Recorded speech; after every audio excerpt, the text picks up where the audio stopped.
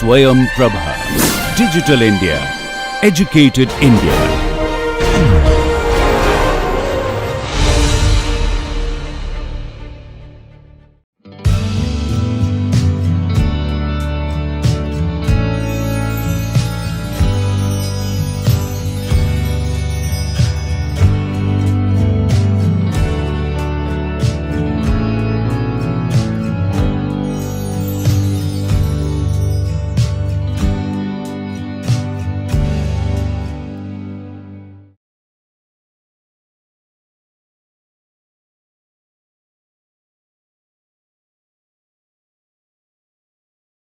Welcome all of you for these third lectures on fluid mechanics.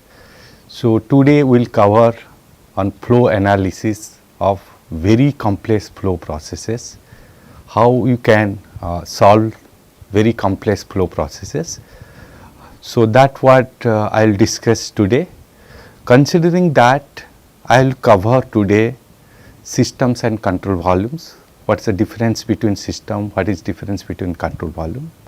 Then I will give a very interesting examples of a bird under the wind flow conditions. Then we will talk about what type of flow analysis techniques are available and how we solve very complex flow problems using these analysis techniques. And then I will talk about velocity field, the pressure field, density field, and after that we will talk about very interesting part is the streamline, the path line and the streak lines, which is very much required for analyzing or visualizing a fluid flow problems.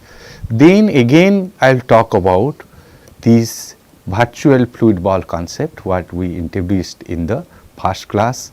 So same things how we can use it for very complex flow problems. Considering that, let me look at what so far we have discussed. One is very basic equations of Newton's laws of viscosity, which is establish a relationship between the shear stress and the shear strain rate, and also we discuss about how this the mu, the dynamic of viscosities depends upon the pressure and the temperatures, and that relationships are different for the fluid and for the gas part. And after that we just know some of the basic definitions about density, specific gravity, specific weight and the surface tension. With this knowledge, let us go to the next level, that if I have a very complex problem, fluid flow problems, how do you solve that ones? First let us talk what is the system, what is the control volume. The system is a quantity of matters or the regions in a space chosen for the study. For examples, I have considered a 2 kg of gas which is having 1 meter cube volumes, and if I heat this gas, if I give a temperatures to this gas, then what will happen? This gas will be expanded. So this is a system. That means we have a fixed amount of the mass of gas we consider, it is a systems, and these systems has the boundary and the surroundings. So the boundary in this case is the surface where the heat flux is coming into the gas has expanded. Because of that, the boundary at this top is a moving boundary conditions, whereas other directions are the fixed boundary conditions. So basically when you talk about the system, we have the boundary, we have a surroundings. Mostly when you talk about the systems, we consider a fixed mass of the fluid and how it interacts with the boundary with respects to the heat, mass and momentum exchange through these boundaries. That is what is called the systems. Here very clearly say that it consider a quantity of matters or the mass components as a systems. But many of the times we cannot solve the problems within a system approach which in generally follow in thermodynamics. But in case of the fluid flow problems, we go for a space defined by a particular volumes. Okay. Like for examples, I have these problems. If you look it, this is what my control volume. This is the space what I have considered as a control volumes, and the fluid is coming from these sides and this piston is moving in these conditions. So, this is what the control volume, and there is the surface defined confined to this control volume is called the control surface. That is what the control surface. The control surface can be a fixed surface or can be a movable boundary conditions, or this control surface here the mass or moment of flux entering to this control volume. So, we have a control volume, the fixed regions or the movable regions on the space, that what we consider it, and it is confined by the surface we call the control surface, and this control surface, through this control surface the fluid mass, momentum exchange mass or energy mass comes into the control volumes. But if you look at another case, like you have the nozzles, you have the flow is coming from the left to the right, and it has considered this control volume like this. Okay. So, in this case, this is the inlet part and this is outlet part. The flow is coming from the left side and it's going out the outsides. We have considered the boundary, one is the real boundary conditions, another the imaginary boundary conditions. So, you have considered a fixed the space in the fluid regions. Within that there may be a system of or a fixed mass of the fluid is enter to these control volumes, after certain times may again go out from this control surface. So, we have a two approach, one is a system approach, another is the control volume approach. The mostly in the fluid mechanics problems what will solve it will follow the control volume approach. That means, we will define a regions defined by the surface, that is your control surface. Through this control surface the fluid mass, the fluid momentum flux or the energy flux will come into these control volumes, also will be go out across this control surface as in is the outlet conditions. So, the mostly in fluid mechanics we follow the control volume approach, which is easy to solve as compared to the system approach, where you have to consider a fixed mass of the fluid and you track over that, which is very difficult when you have a very complex problems. Whereas, if you consider a control volume, that means you consider a fixed regions of the space, maybe in a fixed conditions or the movable conditions. That's not a big problems.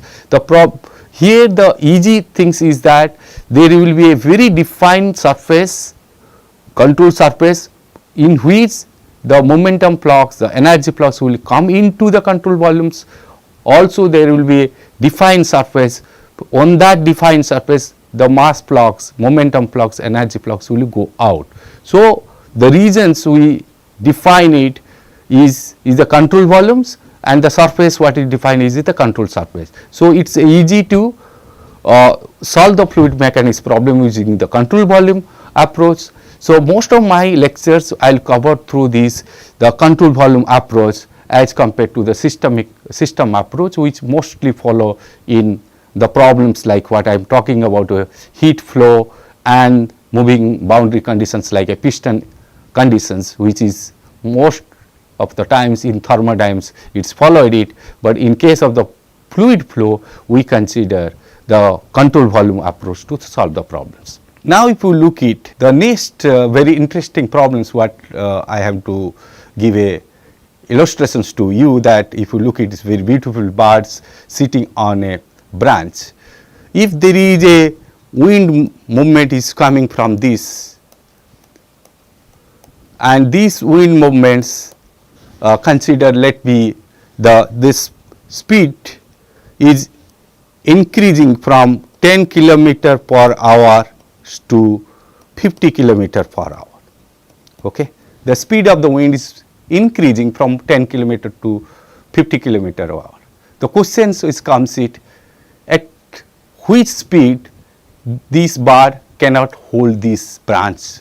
That means after that critical speed, this bird has to fly from these places. Okay, that is a very interesting topic, what you can understand it. That means what we are looking at, that there is a fluid flow is coming from these sides, which is having a speed led with the v, the speed is what is coming up or that. Because of that, here you are going to have a two force components. Okay, one will be the drag force, another will be the lift force, and you will have a resultant force what is occurring, because this fluid weight is passing through that what will create a flow structure such a way that there will be a drag force, there will be the lift force, also the resultant force will be act like that. So this resultant force, when you will cross it, the strength of the holding of the bird on this, at that time bird has to fly from these places. So we are looking at that at which speed the force will be commit such a way that that amount of the force this bird cannot withstand with this holding. So this, if you look at that, is very interesting problems, but it's also the complex problem in these shapes. If you look at this, the beautiful bird shapes, okay, it's very interesting, the geometry what you have. So also as the wind flow is happening, it that birds how it's responding it, which is a totally different aspect, we are not going to that details. So we are trying to look at how this force is going to happen it.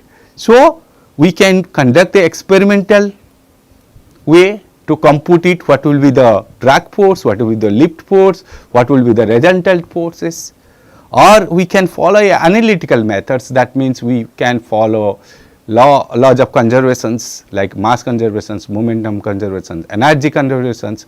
Then we take a appropriate control volumes, then you try to find out what could be the approximate the drag force and the lift force on this case, or we go for very much the computational methods. That recently people has been using this the computational methods to solve these type of problems, to find out what will be the drag and the lift forces.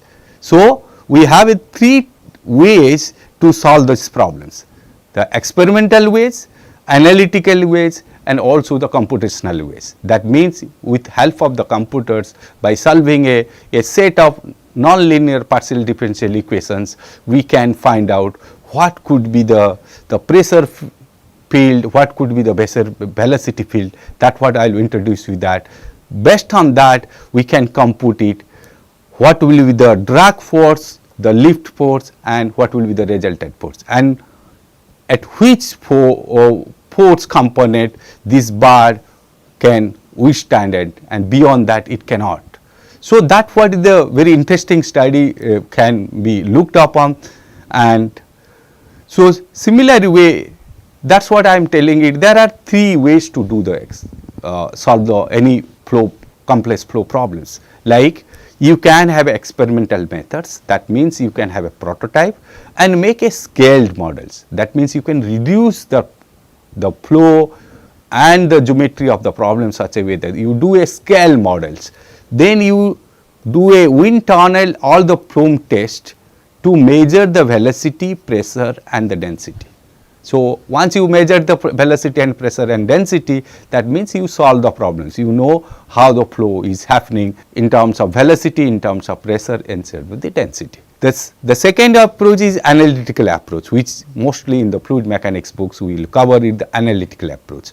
In that, what we do it, we have a problems, we try to use a control volumes, is a bigger control volume we try to use it, and we try to understand it, how where the mass flux is coming, the momentum flux is coming, and which are the boundary there is no flux of mass, momentum, energy is passing through that.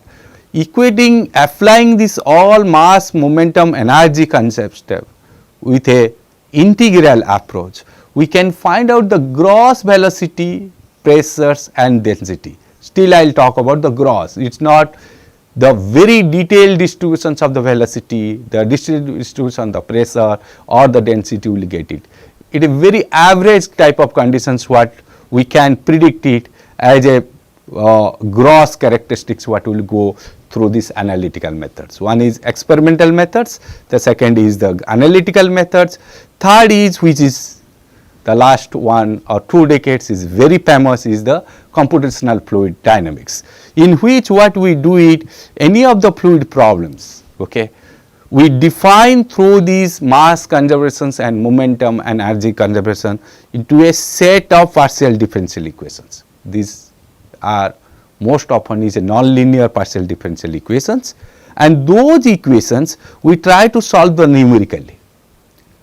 As we solve this numerically, we get the velocity, pressure and the density distribution, but these are all approximate solutions, it is not the true solutions, because they the numerical solution is approximation solutions to this numerical partial differential equation. So, we get approximate solutions of the velocity field, the pressure field and the density field. So, that is in summary I can say that we have a 3 ways to solve the problems. One is conducting experiments to find out the velocity, pressure and density field. Second one is that we use appropriate control volume, apply basic conservations equations like mass conservations, momentum conservations and energy conservations equation.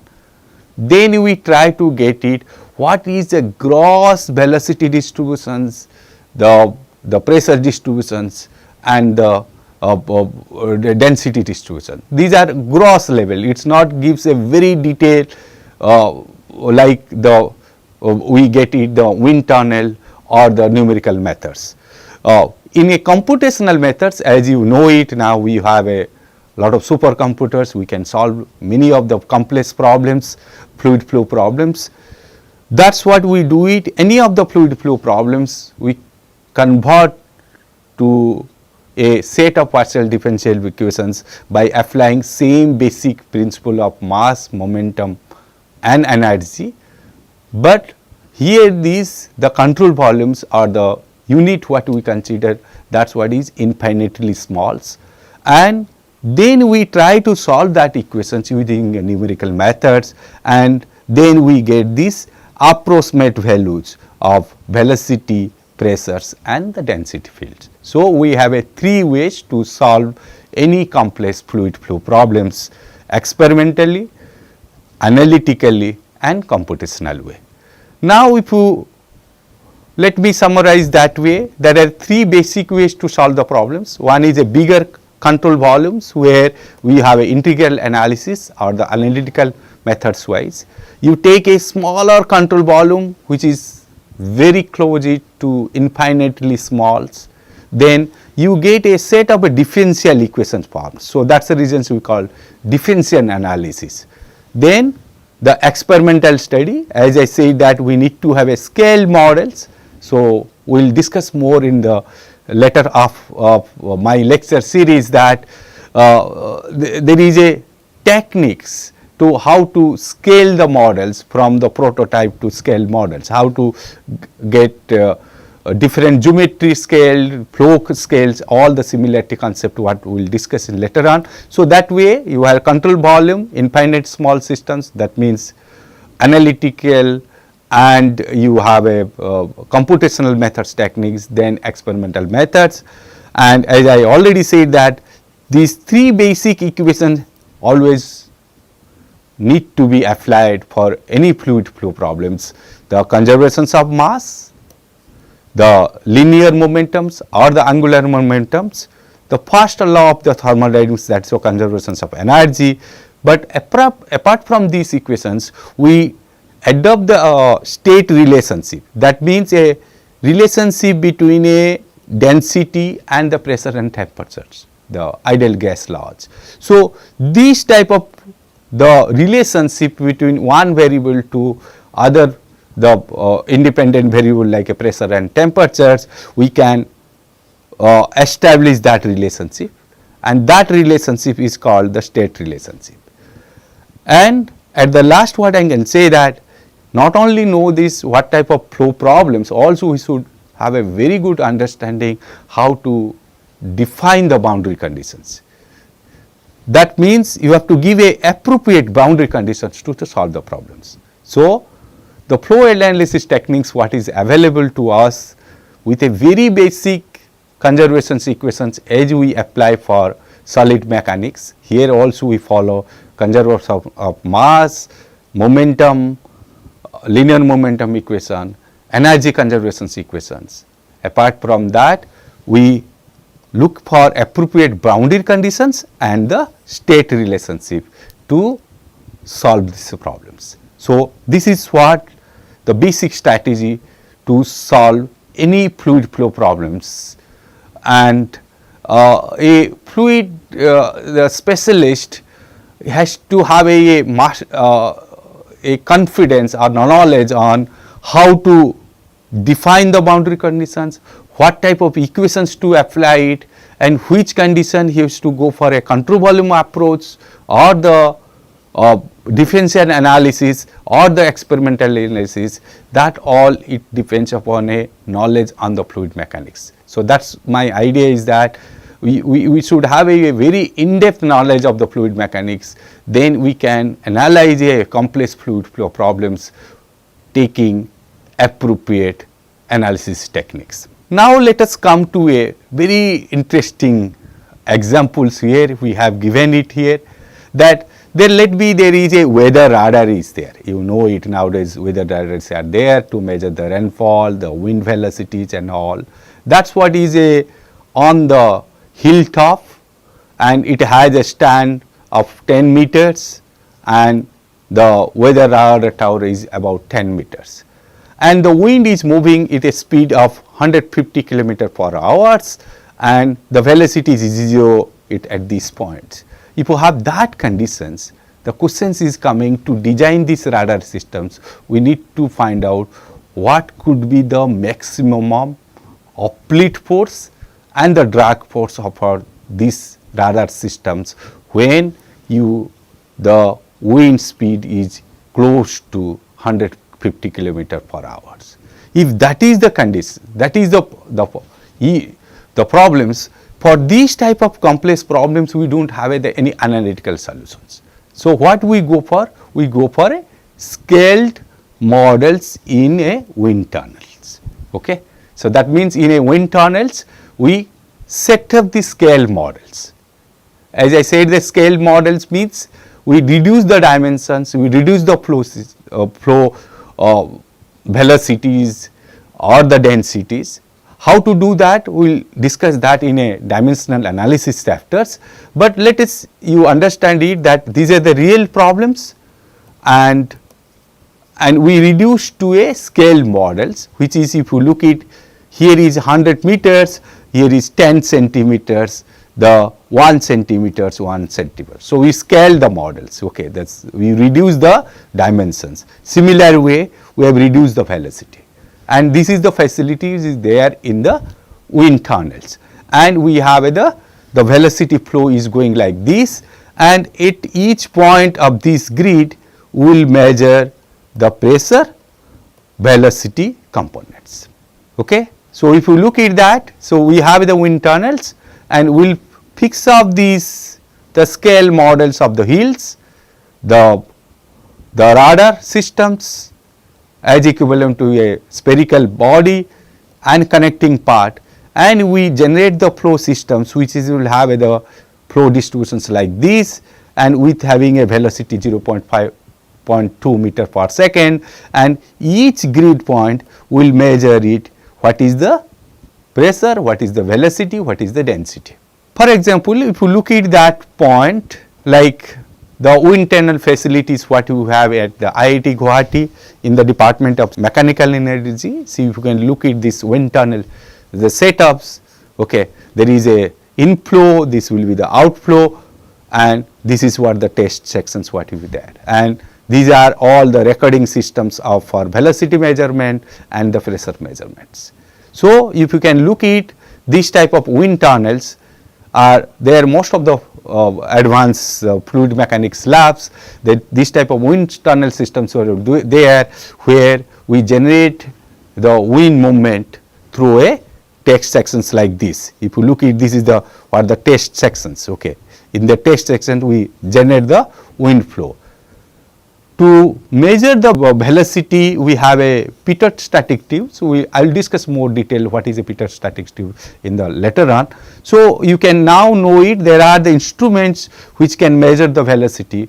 Not only this one direction, it can measure the 3-dimensional velocity component. That means it can measure the u, v and the w components. The 3 velocity distributions component can measure it. And similar way we can have a manometers. I will discuss what is a manometers and all the things later on, that the instrument can use to measure the pressures. So we can measure the velocity, we can measure the pressures, and these the wind tunnels where you can the variable the speed, the speed of the winds which will pass through these the test sections, then we can measure the velocity and the pressures. Similar we can have also measure the density. So if you look at this way, that means what I am talking about, that I have a scale models put into the wind tunnel facilities, then at each point we are measuring the pressure and the velocity and the density. It is a measurement, the physical measurement of pressure and velocity and the temperatures and the density. Now if you look at, for example, we got for each grid point this type of velocity factors. It has the directions, it has the magnitudes. So we get the velocity at each points. So interestingly you can see that there will be the high velocity zones, there will be low velocity zones, and there could be a vortex formation. But that is not our interest now. We just measure the at each grid point the velocity factors, velocity magnitudes. So that means we know u, v, w component, the scalar component of velocity, we know it. That is what is called the velocity field. Now you can understand it, if I take a more number of grid points, the velocity field will have a more accuracy. So if I take a less number of the grid point for the measurements, I will have a less accuracy in defining the velocity field, because the sampling points are thus less. So that depending upon the flow problems, you can decide that how much the spacing, how much locations you should collect the velocity or the pressures or the density component. And once you know these pressure components, that means I know it approximately how the pressure is varying with the space and the time. I know it, how it is varies, because these are the measurement values. The similar way, if I have vectors, this is what I measure it, the vector which is the sample point vectors which have a varying with x, j and the t. So this is what called the pressure field and the velocity field. Now if you look at that, my prime objective as an engineer is that I have to design what could be the lift force and the drag force, because of 150 kilometer per hour the wind is blowing over this tower. What we can do it, one, we can measure the pressures, that means you knew the pressure point P1, P2, P4, P5 like this. You just integrate that pressures, you can find out what will be the drag force and the lift force component. So this drag and lift force can be used to design these, the civil engineering design, the structural engineering designs of this tower, the mounting staff or the foundations will design such a way that when you have 150 kilometer per hour the winds pass over this tower system, this structure should be in safe. Okay. So that is what, to make it that we should know exactly what is the drag force and the lift force is happening it.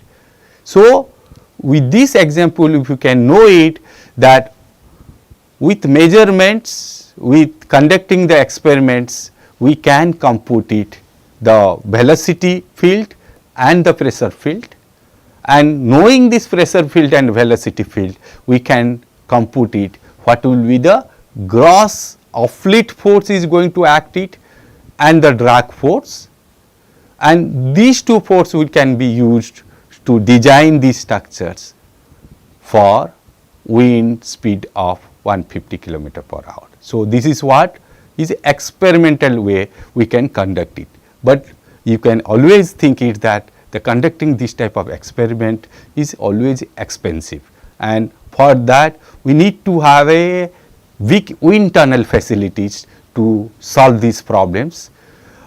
Today's you know it, there are big wind tunnel facilities are there.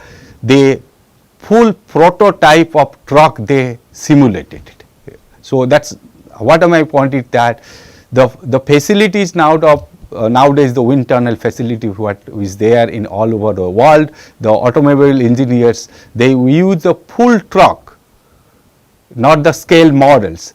They conduct the wind tunnel test to know it what will be the drag force, the lift force for different flow conditions like different velocity, different friction drag coefficients.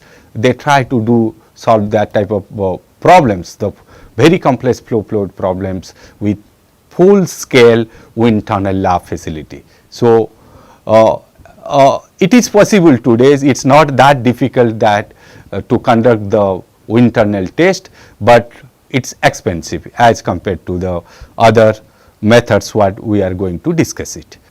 Second one, you know it, we are looking for a analytical solutions. That means the fluid flow problems we are more or less very simplified cases, like for examples we have a flow jet, that means flow velocity is coming from this striking on the horizontal flow here. The flow jet is coming and striking over a horizontal flow, and our interest to know it, what will be the pressure distributions, what will be the velocity distributions. These problems we can identify, it is a two-dimensional problems we can make it, because jet direction it does not have a much component. So, incompressible flow, and we can simplify to a steady flow. So, we have simplified the flow now, okay, as a two-dimensional incompressible and steady flow. Because of that we can use the mass conservations and linear momentum equations. Okay, I am not going more detailed, anyway we will discuss that how to apply the mass conservations and linear momentum equations here. Considering that if I do that, I will get a solutions of these are analytical solutions of the scalar velocity component of u, the v as a function of ax and ay, and the pressure will be function of x and y, a is a constant and p naught is a pressure at this point at the where we have the origins, the pressure at that point which is called the stagnation pressures. So, if I know these equations which satisfy these conservation equations and the linear momentum equations and the boundary conditions at this point as well as these boundary conditions here, then this is what my solutions of the equations, which is the analytical solutions of equations. That means, if I take any point here, if I have a x1 and y1 is the coordinate, I just substituting this x and y1, I can get the u1 component, v1 component and the p1 component. Here the u2 component, v2 component and p2 component. So, here what we have drawn it as the water jet is coming it and striking on the horizontal floors. As you know it that this flow is a symmetric problems. So, exactly at the center the flow velocity will be 0.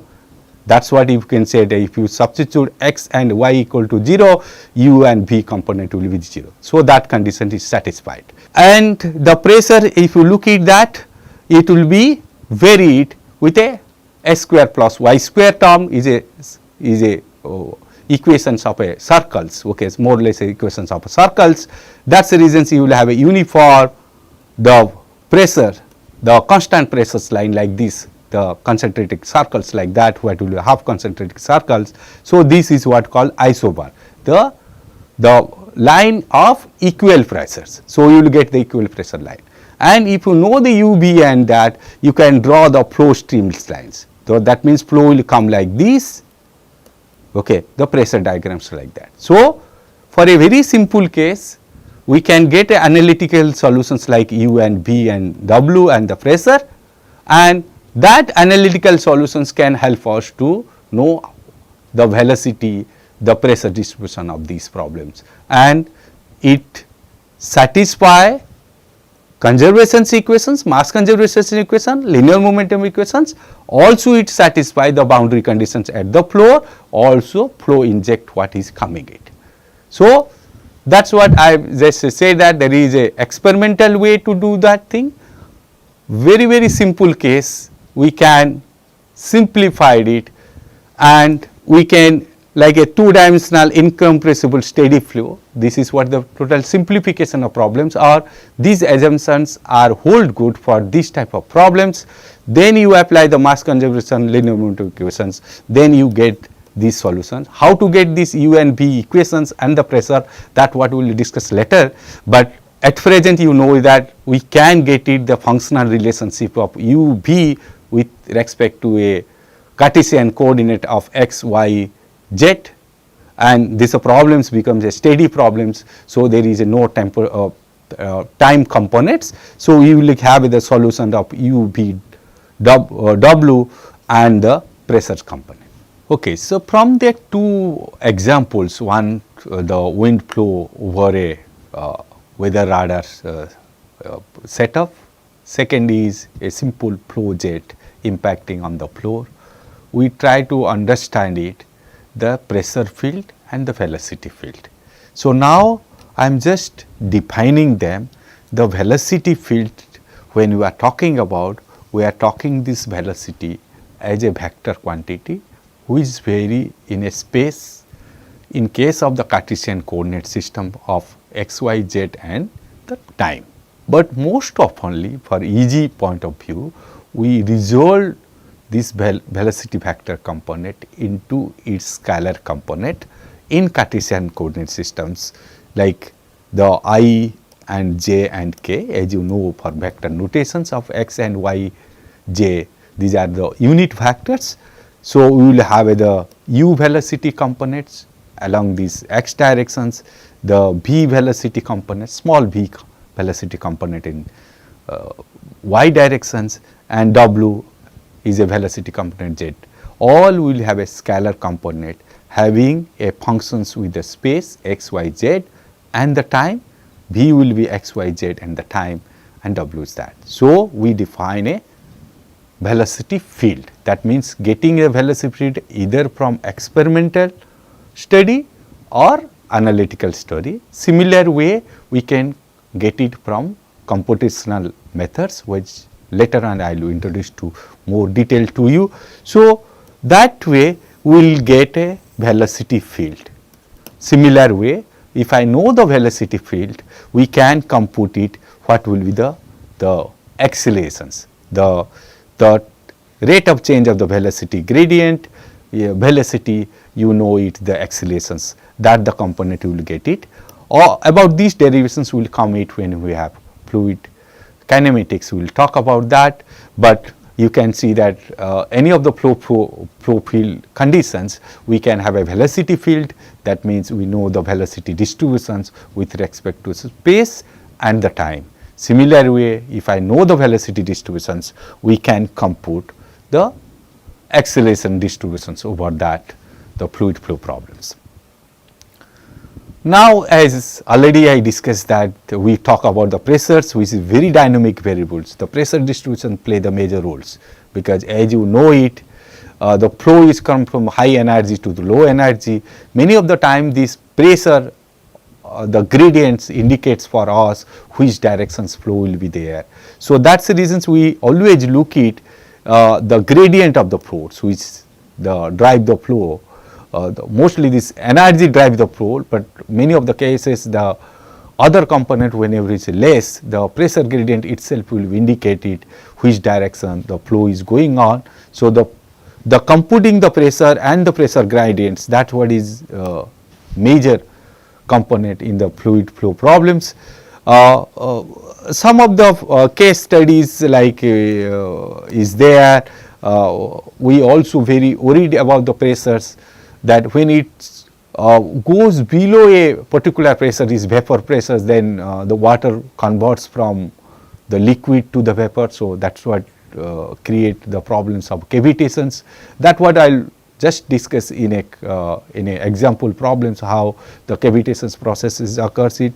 So, we try to look at which are the reasons we have a low flow speed flow zones or the high speed flow zones, how the pressure distributions are changes it, all we can try to look it in a fluid flow problems. If I have the pressure variations, if I know which varies with respect to the positions and also the time.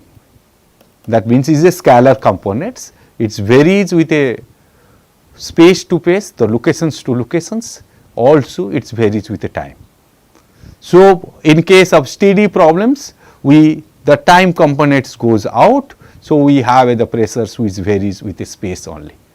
So, if you know the velocity field, that means velocity variations with the space and time, the pressure variations space and time, then more or less we have solved that fluid flow problems.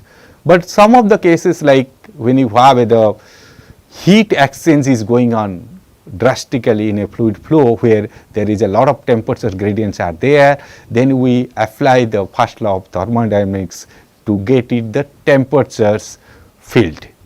So, there are the problems where is not only the fluid flow problems, there will be the heat transfer problems, in which there are a lot of gradient of temperatures are there, the heat transfers are there. The same way, for that fluid flow problems, we can have the temperatures is a function of the space and the time. So, to solve this, we have to follow first law of thermodynamics, the heat transfer equations to solve this problem. Mostly in this fluid mechanics course, I will not go more detail about this thermal flow, the heat transfer problems more, the flow due to the temperature gradients or that part. And this is, as you know, is very basic things, that how the temperatures related to the at different centigrade to the Kelvin scale. That is what the point. And second point what I am to discuss is the density of the flow. You know it, this mass per unit volume, or it indicates the mass of the fluid, mass of the fluid, and that what per unit volume we quantified it. So, if you multiply the volume, you know this what is the amount of the mass is there, and based on that we can find out which is a heavier mass or the lighter mass the fluid. As they have a heavier and lighter mass, the energy, the kinetic energy, potential energy, and how that is what varying it, that is what is related to the mass properties. So, that way the density plays a major role for us. Some of the cases when you have the flow is compressible, your density is also the significantly varies with the positions and the time. So, we can solve the problems to get these density variations with positions and the time, and that is a variable for the gases, but for the density in the liquids nearly constant, as most of the examples what I will discuss it. We will talk about the liquid flows, not the gas flows. So, that is the case, the density of the liquids will be nearly constant. Even if in case of the gas flows also, as discussed earlier, when you have a Mach number less than 0.3, also we can consider as incompressible flow. Incompressible flow. So, density does not vary significantly. So, that way, if you look at that as a fluid mechanics specialist, we want try to solve only two fields, pressure field and the velocity field. Because most of the fluid flow problems what we have considered where the Mach number is less than 0.3 unless otherwise supersonic flow and all which is for the rocket flow and all the conditions. So, we need to have a density field that for this the problems what we consider it, but the major things what we look at how the pressure field and the velocity field. How does it varies with the space and the time?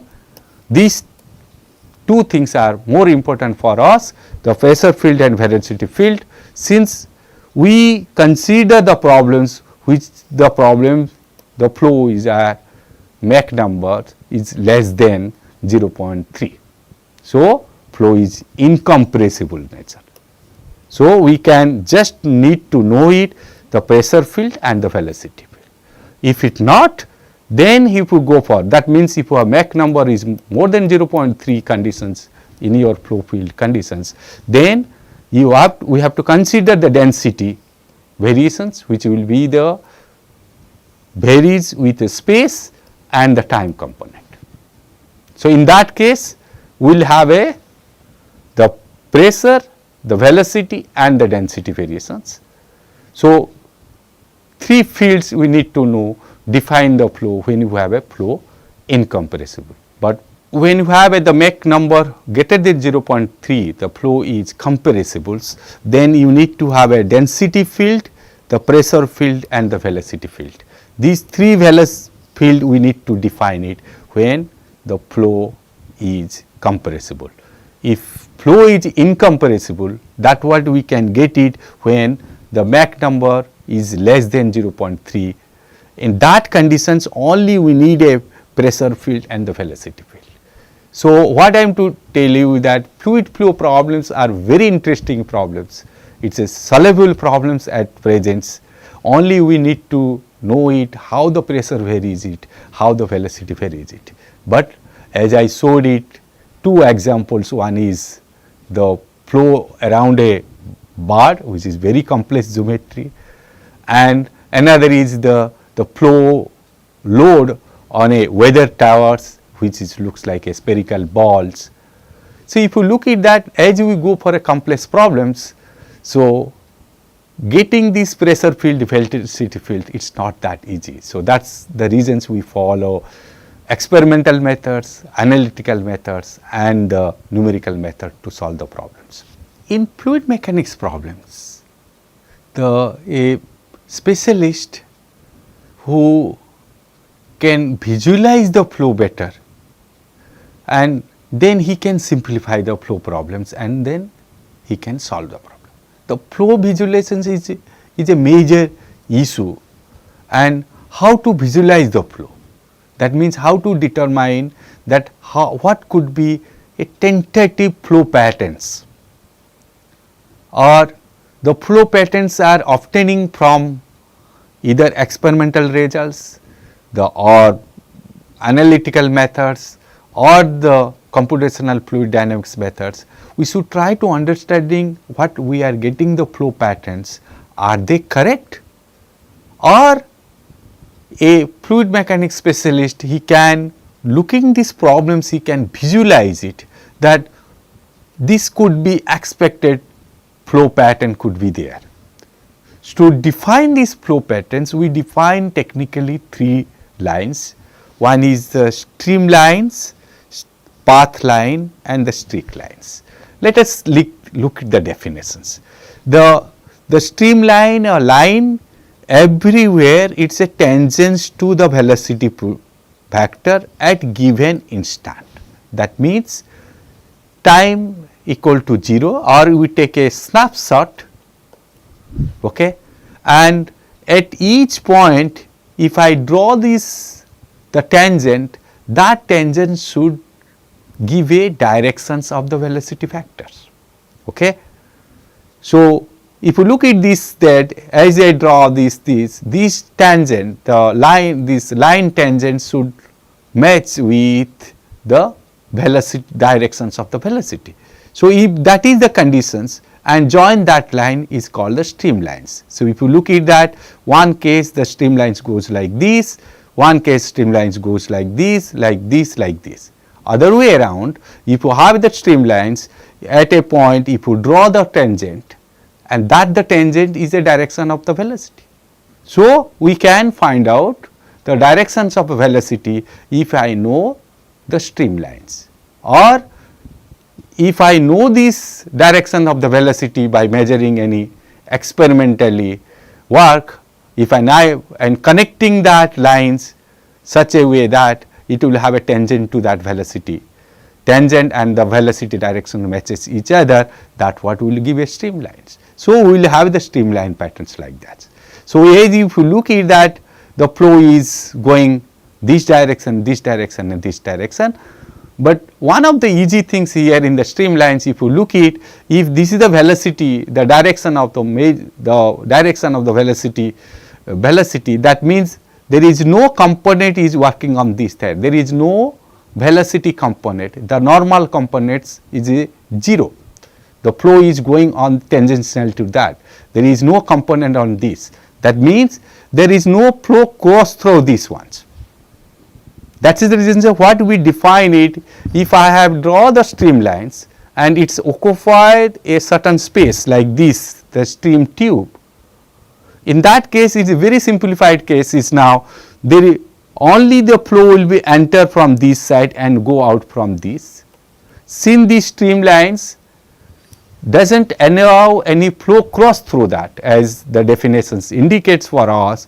So, there will be no flow will go through these ones. So, we consider a streamline, a stream tube which is composition of streamline such a way that there will be inflow and the outflow, and across these stream tubes there will be no flow components. So, this is what the imaginary the stream tube you generate it to solve the problems, because it gives us that there is no velocity, no mass flux, no momentum flux comes into that. So, some of the times we consider the stream tube as a control volume. We solve the problems as a stream tube as a control volume, then we solve it because we get imaginary the boundary where there is no mass flux, no momentum flux, and it is easy for us to solve the problems because it's only have a inflow and the outflow. So, we use the stream tube concept and the streamline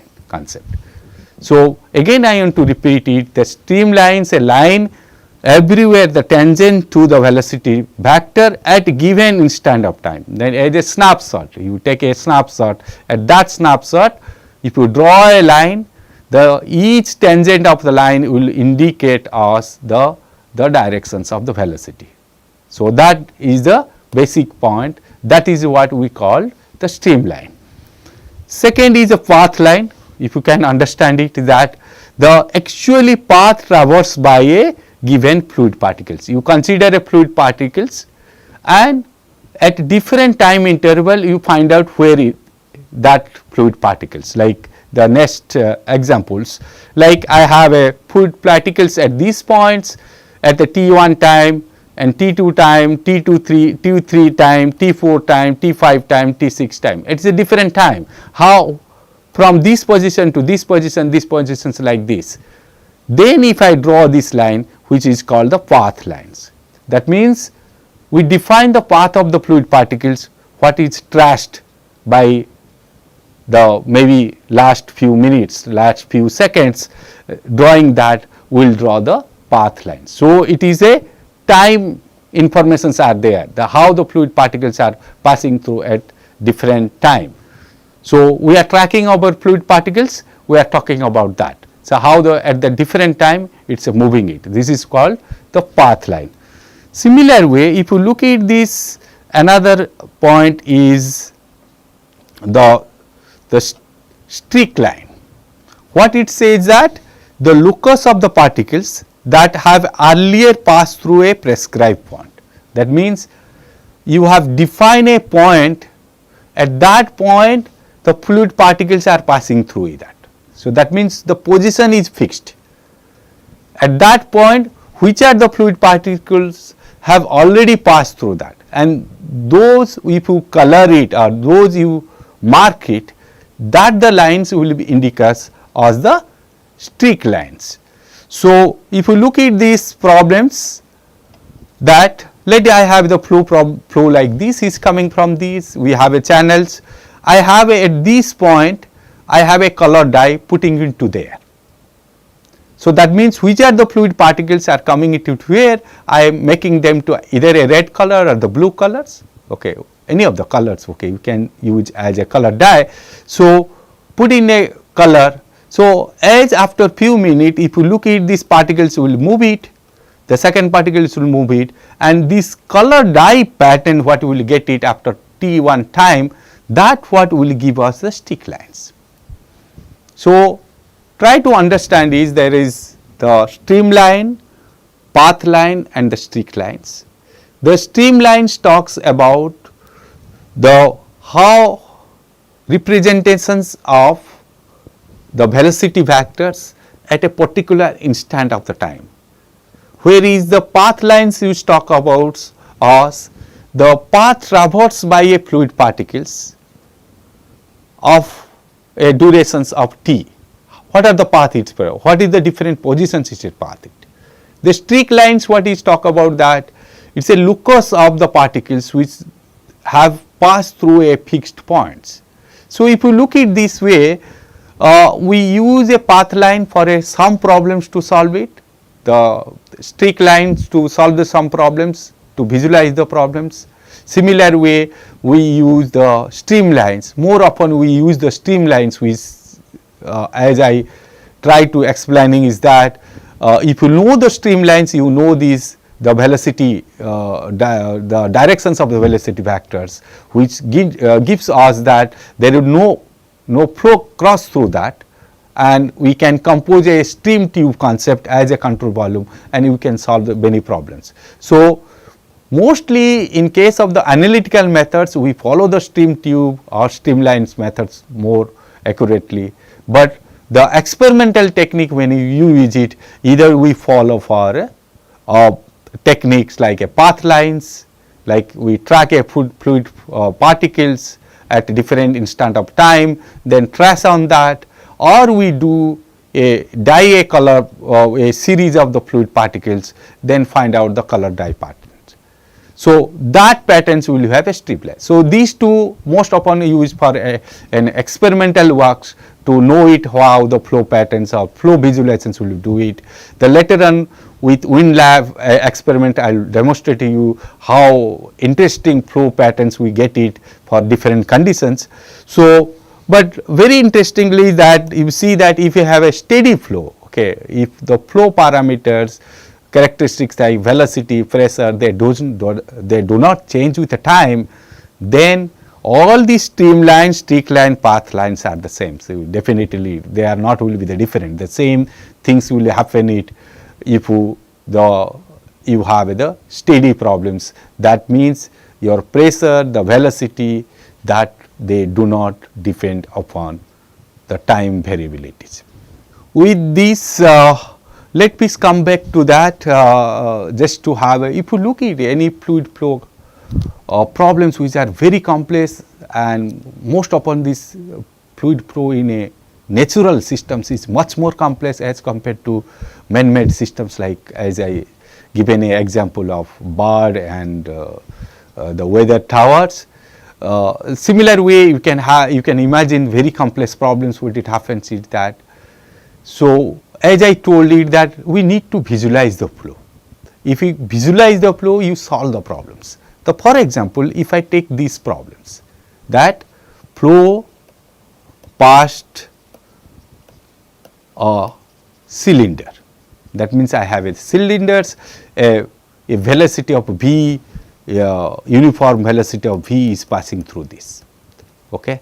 As I told it earlier, I will have a virtual fluid balls. Okay, it is not real fluid blob, these are virtual fluid balls. I have a ball 1, 2 and 3, and this is the fixed, and these balls are having a velocity v as equal to the velocity of uniform flow, and as you can see it very clearly that the ball 2 at T1, T2, T3, T4, T5 will move like this, which will be defined as a streamlines. In case of the steady flow, it will be defined as streamline or path line or streak lines. Similar way, if I take a fluid flow ball is third one, that what will be defined it, the another streamlines, path line, streak lines like this. So, we can with help of this conceptualization, we can draw it what could be the approximate, the streamline conditions when flow passed on a cylinders. But what it happens to the one which the ball is goes after certain time dash over this. As you know it, at this point the velocity will be 0. So, this concept what we have said it, this is what approximately can draw the flow field, the streamline patterns. But when you close to the cases when you have a velocity reduces, and we have a hypothesis now that it may degenerate it make it bigger ball to smaller ball, and we can find out these are what zone of influence. So, if you have a art how to draw a streamlines of a flow conditions, that means you have solved many problems. Say here I am with an example of a virtual fluid ball concept. You just think it balls are rolling it and dashing over or cylinder is there. So, because of the dashing there will be a regions which will have an effect, there will be regions who will not have effect, the balls of these ones will move like this. So, if I can draw that, I can draw the streamlines, I can draw the streamlines. So, that means I am just hypothetically I am considering the balls are rolling with the velocity v, and there is a zone of influences, and those the regions the balls will be disintegrated into smaller part. Beyond that they may not have an effect, and that what we can move it. So, just to visualize the fluid flow, we have brought this concept of virtual fluid balls. That means, if you want to have a very complex problems, you can change, you can make a more number balls are moving it and interacting with the structures, and how the zone of influence, how the streamline patterns will be there, that what we can generate it. And we will try to use this concept to define the laminar flow and the turbulent flow, which is will be more interesting to you to visualize the flow. With this, let me summarize today's lectures, that we define what is the systems and the control volumes and the fluid mechanics problems. There are 3 tools are available to us: the experimental, analytical and computational approach. The last 2 decades people have been using the computational methods more extensively, solve very complex fluid flow problems. Because of that we have fuel efficient aircraft, the fuel efficient the spacecraft. So, all these are possible because of the use of the computational fluid dynamics. The use of the computational fluid dynamics help us to predict the weathers, which is also a fluid flow and heat transport problems. Also, the parallelly, as I said, that there are a lot of experimental facility has developed in the world that can not necessarily will be doing a scale models, can do a full prototype of models which is used in automobile industries or the aerospace industry. They try to use the full scale models and try to look at what is space technology centers, they use the full scale models to test it. So, these are not is a possibles, but before that, as you know, these analytical methods is give us a basic knowledge how the fluid flow problems happens it with the help of the control volumes, with help of the basic energy conservation equations and mass conservation moment. And these are the 3 approaches makes is the integral differentials and the dimensional analysis. As we have talked about that radar problems and the bar problems, then very simple way I have just defined it, the again the virtual fluid balls concept, what we should try to understand it, then we can visualize the flow, and once you visualize the flow, then you solve the problems very systematic way. At the end, we have learned also the three lines. One is a streamlines, path line and streak line. The streamline, the line everywhere tangent to velocity vectors gives at a particular instant. That means it talks about the tangent is a parallel to the directions of velocity vectors, and the actual path traversed by the fluid particle is path line, and the locus of the particles that have the pass through this prescribed point is called the streak lines. With these definitions, let me conclude this class. Thank you.